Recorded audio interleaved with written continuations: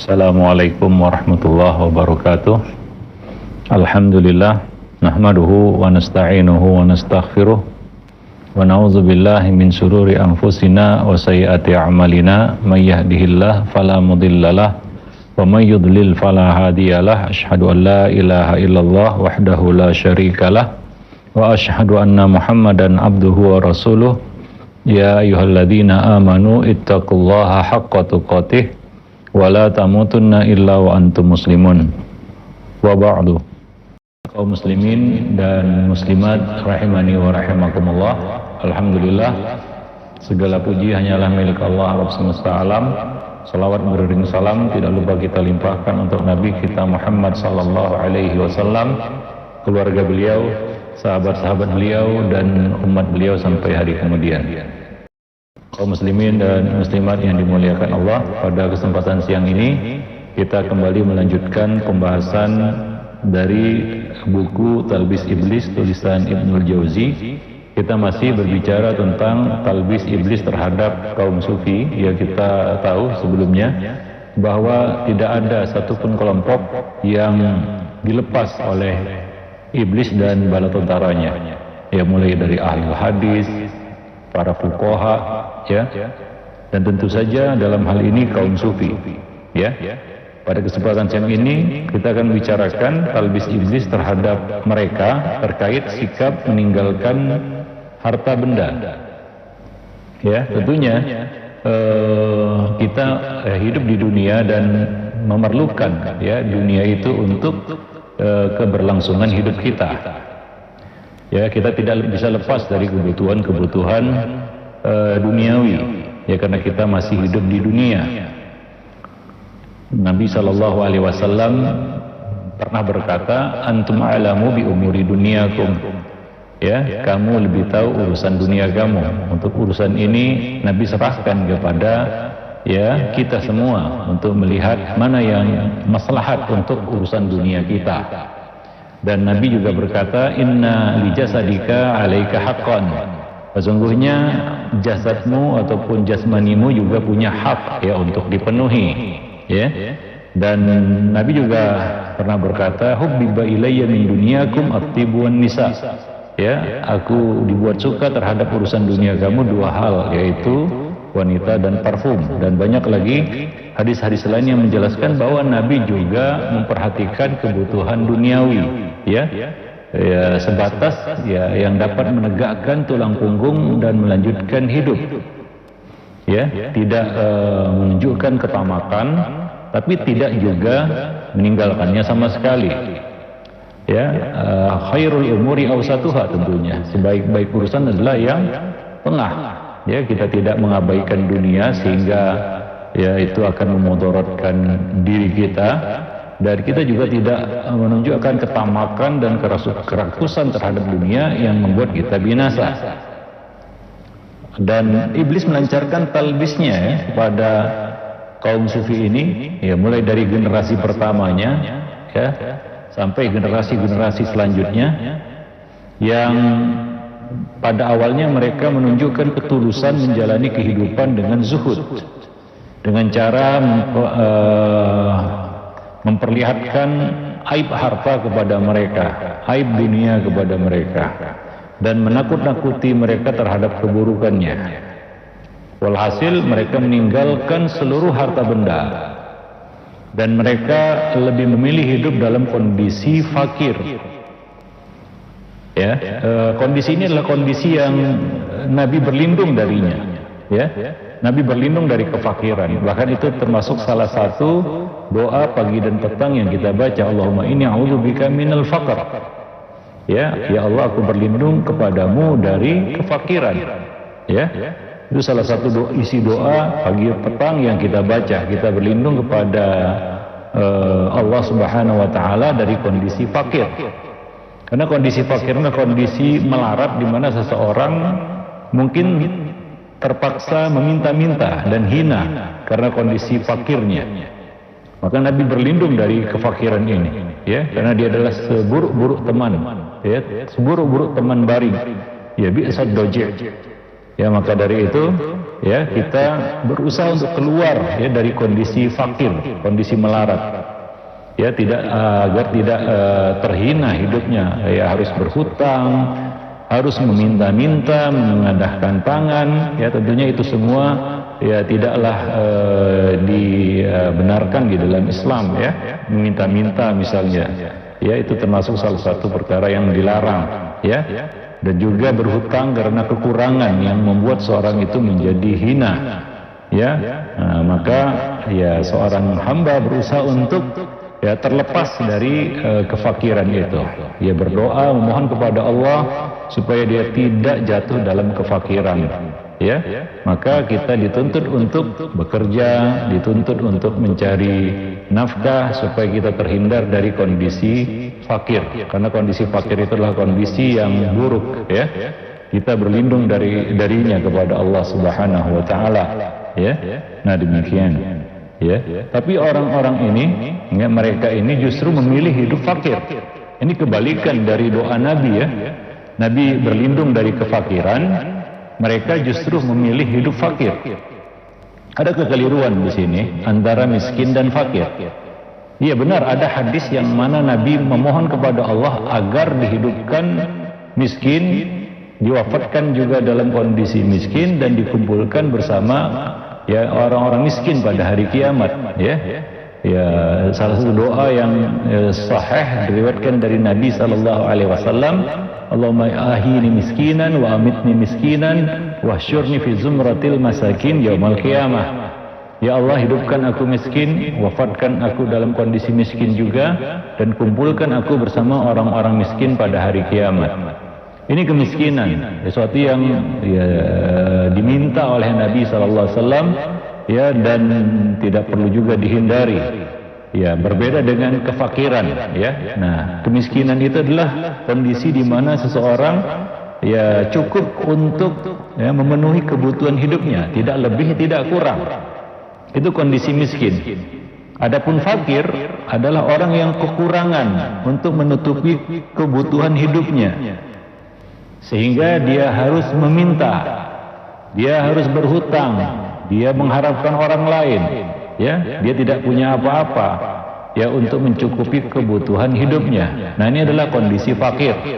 Kondisi itu yang Nabi SAW berlindung darinya. Adapun kemiskinan, Nabi justru memohon supaya dihidupkan dalam kondisi miskin, ya, yaitu di mana seorang hamba bisa menjalani hidupnya dengan cukup, ya, cukup kebutuhannya, cukup keperluannya, dapat menegakkan ya, tulang punggungnya, ya, cukup makannya, ya, cukup tempat tinggalnya, yaitu tidak kekurangan, sehingga dia harus ya memohon dan meminta, memelas kepada manusia, ya. Nah, demikian.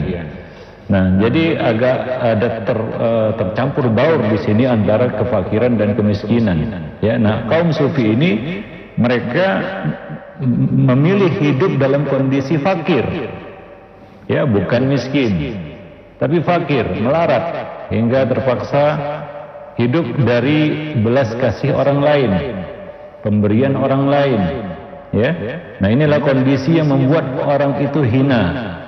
Ya, maksud hati memang baik, namun tindakan seperti itu keliru, ya, seperti yang kita jelaskan tadi. Itu karena minimnya ilmu mereka. Ya, sementara ya iblis tidak perlu lagi bersusah payah untuk mentalbis seperti itu.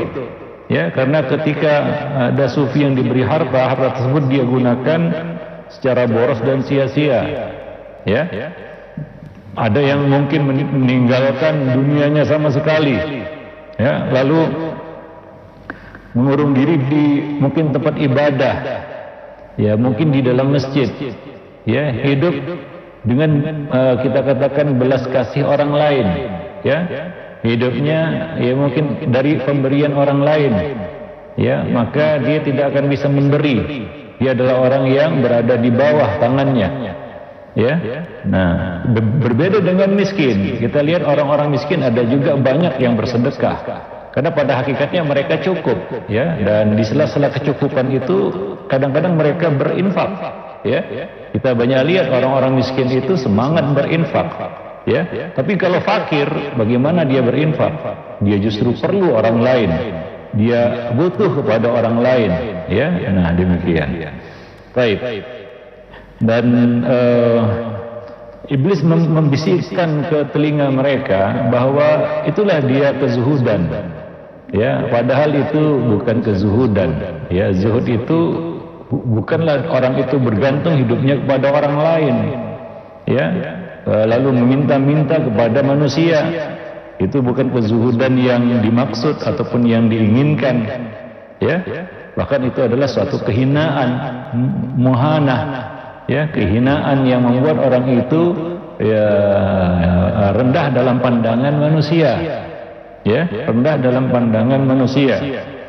Ya, jadi permasalahan intinya adalah ketika kita katakan mereka meninggalkan semua harta yang halal, ya, lalu dia meninggalkan dunia itu secara total, ya. Nah, dirinya saja serba kekurangan, bagaimana keluarganya? Ya, banyak di antara mereka, ya, membuat keluarganya itu, ya, terlantar, ya, sementara dia sibuk dengan mungkin ibadahnya, ya, ya, sibuk mengurung dirinya di tempat-tempat ribat atau di tempat-tempat, ya, iktikaf, ya. Lalu mereka mengabaikan kewajiban mencari nafkah untuk keluarga, ya, dan mereka menyuruh keluarga mereka, anak istri mereka untuk bersabar. Ya, tentunya tidak seperti itu, ya. Karena kita punya kewajiban sebagai pemimpin keluarga qawam, ya, kita punya kewajiban untuk memenuhi kebutuhan, ya, anak istri kita. Kita tidak boleh lari dari tanggung jawab. Ya, banyak di antara mereka justru lari dari tanggung jawab ini. Lalu mereka berkata, kami serahkan keluarga kami, anak istri kami kepada Allah. Ya, ini adalah satu hal yang tidak bisa diterima akal sehat sebenarnya, ya. Mereka sibuk pergi berkeliling-keliling kadang-kadang, ya, untuk ibadah, untuk mungkin, ya, beriktikaf ataupun, ya, mengurung diri di tempat-tempat ribat atau tempat ibadah, ya, sementara mereka katakan, ya, kami serahkan anak istri kami kepada Allah Subhanahu wa taala. Allah yang memberi mereka rezeki. Ya, tentunya ini, ya, tidak bisa diterima oleh akal sehat, ya. Karena tentunya rezeki tidak, ya, memang rezeki dari Allah Subhanahu wa taala. Cuma bagaimana dia sampai kepada kita? Ya, tentunya tidak hanya dengan kekuatan doa, ya. Kita perlu berikhtiar melakukan sesuatu sehingga, ya, kita mendapatkan rezeki yang halal. Ya, kita mendapatkan rezeki yang halal. Ya, tidak bisa kita bersandar kepada takdir. Ini adalah satu, ya, kita katakan sikap beriman kepada takdir yang salah. Nah, demikian. Dan seolah-olah mereka kuat tawakalnya, ya. Ya, tentunya tawakal tanpa ikhtiar itu bukan tawakal, itu tawakal, ya. Itu bukan tawakal, ya. Itu pura-pura tawakal sebenarnya. Nah, jadi ini adalah alasan yang tidak bisa diterima sebenarnya, ya. Lalu mereka dengan sengaja menelantarkan, ya, kewajiban mereka. Ini adalah sikap lemah dan pengecut sebenarnya, ya, ingin lari dari kenyataan dan dibungkus seolah-olah itu adalah kezuhudan, itu adalah tawakal, itu adalah, ya, suatu tingkat keimanan yang tinggi, ya. Bahkan mereka membuat satu derajat-derajat, ini sudah sampai kepada hakikat nggak perlu lagi dunia. Nabi juga perlu dunia, Nabi juga mencari, ya, kita katakan dunia untuk kebutuhan anak istri beliau. Bahkan Nabi menggadaikan baju perang untuk kebutuhan anak istri beliau selama setahun. Itu Nabi SAW, ya. Nah, beliau juga berikhtiar untuk mendapatkan rezeki yang halal. Demikian juga para sahabat, ya. Mereka apabila selesai ibadah, mereka keluar mencari, ya, rezeki di bumi Allah Subhanahu wa taala, ya, demikian. Dan mereka adalah orang-orang yang zuhud, ya. Dan Nabi sendiri adalah pemimpin dari orang-orang yang zuhud. Tapi coba lihat kezuhudan Nabi, apakah beliau meninggalkan kewajiban-kewajiban, ya terhadap diri beliau dan anak istri beliau berkaitan dengan kebutuhan dunia? Tentunya tidak. Ya, Nabi juga ya, kita katakan berupaya dan berikhtiar untuk mendapatkan rezeki yang halal. Ya, demikian juga para sahabat yang mulia. Nah, jadi ini adalah satu, ya kita katakan syubhat yang ada di kalangan mereka, ya seolah-olah ya meninggalkan dunia sama sekali tanpa ya meliriknya dan tanpa mengejarnya ataupun memenuhi kebutuhan dunia. Itu adalah suatu sikap yang baik ataupun sikap yang ya zuhud. Nah, itu bukan kezuhudan yang dimaksud. Wallahu a'lam bishawab. Nah, tentunya ya di sini ya iblis membisiki mereka seolah-olah itu adalah suatu kebaikan. Ya, ini karena seperti yang disebutkan oleh Ibnul Jauzi di sini ya. Ya, ini karena minimnya ilmu mereka, ya kedangkalan ilmu, ya dan kebanyakan juga ada di sana bercampur hawa nafsu sebenarnya, ya, yaitu kemalasan yang diperturutkan, ingin lari dari kenyataan, ya, atau rasa takut yang salah terhadap dunia, ya, hingga mereka meninggalkan sama sekali, sebagaimana sama dengan ya kita katakan wanita, sebagian pria mengebiri diri dan menjauhi wanita, tidak menikah karena itu dianggap sebagai godaan atau fitnah. Iya, memang benar ya satu sisi, tapi sisi yang lain ya bagaimana kita bisa berkembang biak di muka bumi kalau kita tidak menikah dan mengebiri diri, maka itu dilarang, ya, tidak bisa diterima alasan ya saya takut fitnah wanita lalu saya tidak menikahi wanita selama-lamanya. Ada yang seperti itu dan Nabi mengecamnya. Nabi berkata, ya wa atazawwajun nisa, aku juga menikahi kaum wanita, ya. Nah, demikian. Jadi rasa takut yang ya salah ya terhadap perkara-perkara ini hingga mereka meninggalkannya sama sekali, ya. Nah, demikian. Memang ya, wanita itu adalah fitnah. Fitnah pertama yang menimpa Bani Israel adalah nisa, dalam urusan wanita, ya. Nah, tapi ya solusinya bukanlah kita meninggalkan mereka dan kita tidak menikah lalu mengebiri diri. Nah, tentunya bagaimana ya manusia bisa berkembang biak, bagaimana kita bisa mendapatkan keturunan kalau kita tidak menikah. Maka di dalam Islam dilarang kita mengebiri diri ataupun ya membujang, tidak menikah sama sekali. Itu adalah sikap yang salah. Ya sama seperti dunia juga. Sikap yang salah adalah kita meninggalkannya sama sekali. Ya, ya lalu kita seolah-olah tidak perlu kepada dunia itu. Bagaimana kita tidak perlu kepada dunia? Kita perlu makan, perlu minum, kita perlu tempat tinggal, kita perlu pakaian dan kebutuhan-kebutuhan hajat hidup ya manusia yang sangat mendasar. Ya, sandang, pangan, papan, begitu ya, yang memang perlu. Ya, dan para sahabat juga ya, kita katakan berikhtiar untuk memenuhi kebutuhan-kebutuhan mereka berkaitan dengan dunia tersebut. Baik. Beliau mengatakan, Ibnu Jauzi mengatakan, aku tidak heran jika orang-orang zuhud berbuat hal seperti ini, atau mereka ya yang mengira, mengklaim mereka itu zuhud, berbuat hal seperti ini karena kedangkalan ilmu yang mereka miliki. Ya, tapi yang membuat aku heran adalah, kata beliau, tatkala tindakan seperti ini dilakukan oleh orang yang ya berakal dan berilmu, mereka bahkan mendorong lagi untuk memerintahkan hal itu, meski berseberangan dengan akal, dan bukan hanya berseberangan dengan akal sebagaimana kita sebutkan tadi, juga berseberangan dengan syariat.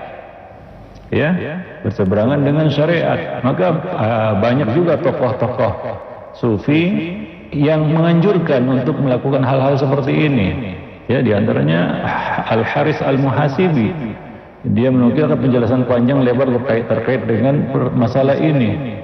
Ya, nah demikian juga diperkuat dan dipopulerkan juga oleh Abu Hamid Al-Ghazali.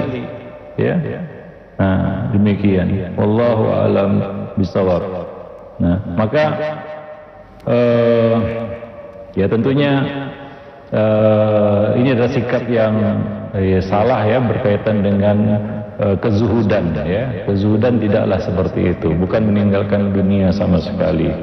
Tapi kezuhudan itu adalah bagaimana kita bisa mengendalikan dunia itu ya, sehingga apa yang ada di tangan kita dari dunia itu kita pastikan maslahatnya untuk akhirat kita. Itu kezuhudan. Zuhud terhadap dunia itu adalah ya membatasi dunia untuk hal-hal yang bermanfaat bagi akhirat. Ya, maka ketika ada dunia di tangan kita, coba tanyakan ya, apa maslahatnya, apa manfaatnya, apa faedahnya bagi akhirat saya. Itulah hakikat dari kezuhudan ya. Sehingga dunia yang ada di tangannya semuanya bermanfaat untuk akhiratnya. Ya, untuk akhirat seorang apabila membahayakan, maka dia akan lepas dunia itu tanpa ragu. Ya, nah seperti itu. Ya, karena banyak hal-hal dunia yang sia-sia, yang gak ada manfaatnya untuk akhirat, bahkan membahayakan akhirat seseorang. Maka dahulu para salaf tidak segan melepas dunia mereka apabila itu membahayakan akhirat mereka, misalnya melalaikan mereka dari zikrullah ya, maka mereka tidak segan melepas dunia itu ya. Itu bukti bahwa tidak ada kecintaan yang berlebihan di dalam hati mereka terhadap dunia, bahwa mereka tidak dikendalikan dan disetir oleh dunia itu. Sementara mereka ya juga ya mencari dunia itu untuk kepentingan akhirat. Ya, sebagaimana syair yang disampaikan oleh Al-Imam Syafi'i, dinukil oleh Al-Imam Nawawi, "Inna lillahi ibadan futana, talaqud dunya wa khaful fitana." Sesungguhnya ada hamba-hamba Allah yang bijaksana, mereka menceraikan dunia, ya, yaitu mereka membatasi diri dari dunia karena mereka khawatir akan fitnahnya. Nadharu fiha wa lamma alimu, mereka memperhatikan dunia itu dan mereka menyadarinya, annaha laysat li hayyin fatana, bahwa dunia bukanlah tempat tinggal abadi untuk manusia, untuk kita anak Adam. Ja'aluha lujjatan wattakhadhu, maka mereka jadikan dunia itu sebagai bantalan, ya, sebagai samudra, ya, ya, wattakhadhu, dan mereka jadikan salihal amali fiha sukuna, amal soleh menjadi bahteranya. Begitulah seorang mukmin muslim memandang dunia. Jadi sekedar untuk kebutuhan mereka ya selama di dunia dan untuk kepentingan akhirat mereka. Ya, untuk kepentingan akhirat mereka. Maka apapun dunia yang ada di tangan kita, coba tanyakan apa maslahatnya, apa faedahnya untuk akhirat saya. Kira-kira ada atau tidak, atau sia-sia, nggak ada manfaatnya, atau bahkan justru mudarat.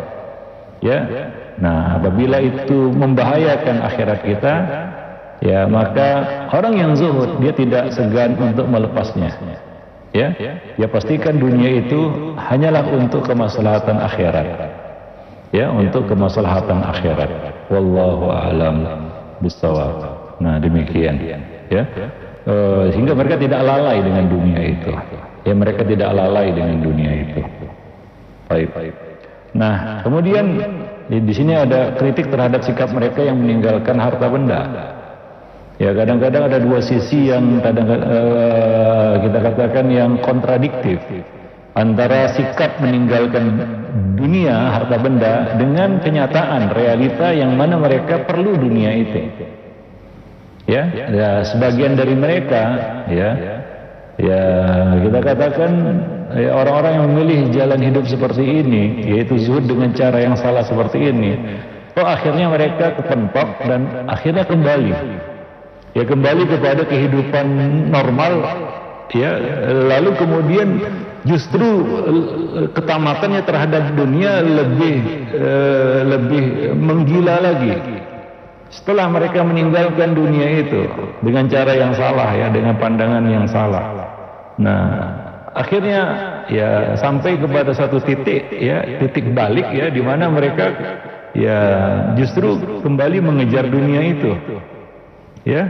Artinya untuk istiqomah seperti itu, ya, itulah kita katakan was-was syaitan, ya.